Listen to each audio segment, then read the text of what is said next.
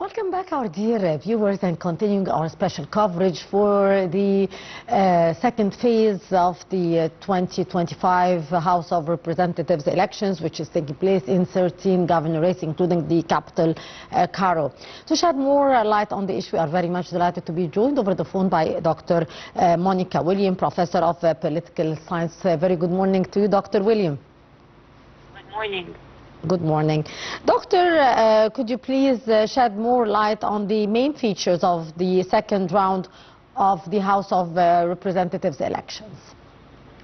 Of course, first of all, we have to overall assessment of the electoral process, which is important to highlight that the significant quantitative shift. The voting bloc increased by approximately 26% compared to 2040 elections, despite the considerable expansion in number of voters. As we try to compare, the level of participation also rise, indicated not only demographic growth, of course, but also deeper social engagement and broader political awareness across various segments of population. That's why we have to try the yesterday, or the second round, or second phase, which can start by high level of participation, clear consolidation of party commitments, and more structured voters in key contests. And this phase, of course, tries to witness improved logistical coordination, more smoother and more mature electoral environment, which is reflect the learned lessons, where we try to say learned lessons from the first round, and importantly, it provided opportunity for run-out contests that test the strength of candidates, grassroots networks, and effectiveness of party message. Dr. William, how did the National Election Authority evaluate the process of the voting in the second phase, and how did you see the accuracy and the press conferences that were taking place in the second round, and how did you compare it with the first round? The National Election Authority assessed both phases of the election as procedures wise or institutional, consistent with legal framework governing elections. The authority emphasized the full judges' supervision over every ballot box, the transparency of vote counting, and the very disciplined to timeline. It also highlights the absence of systematic violation and the high level of there is a high level of cooperation between security forces and electoral officials, which ensured smooth and a very professional process. And if we try to also confirm or assist on the effort were comprehensive and multi-layered in that.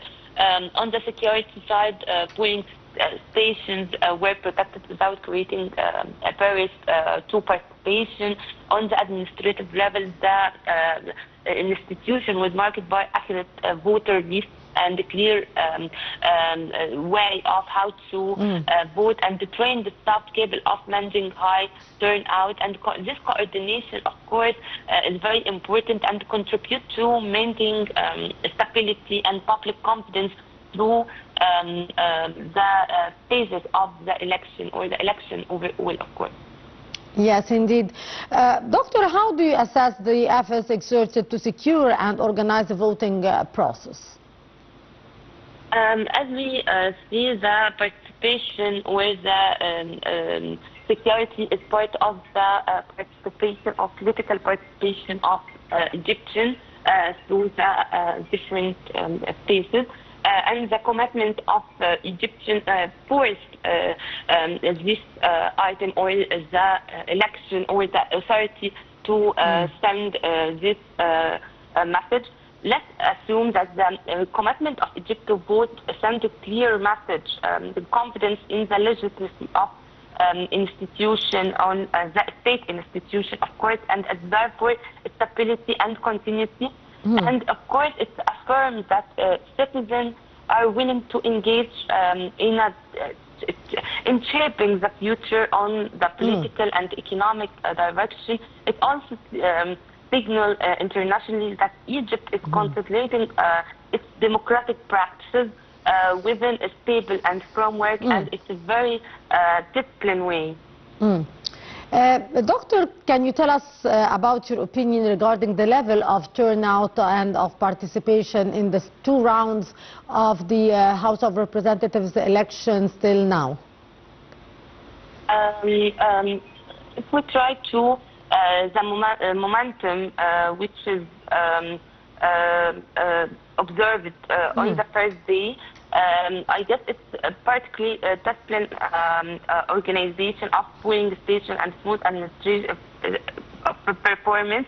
I expect even higher turnout on the second day of voting if we try to act on this part specifically, and the combination of increased public awareness and logistical efficiency and strong mobilization by political parties is likely to encourage more citizens to participation.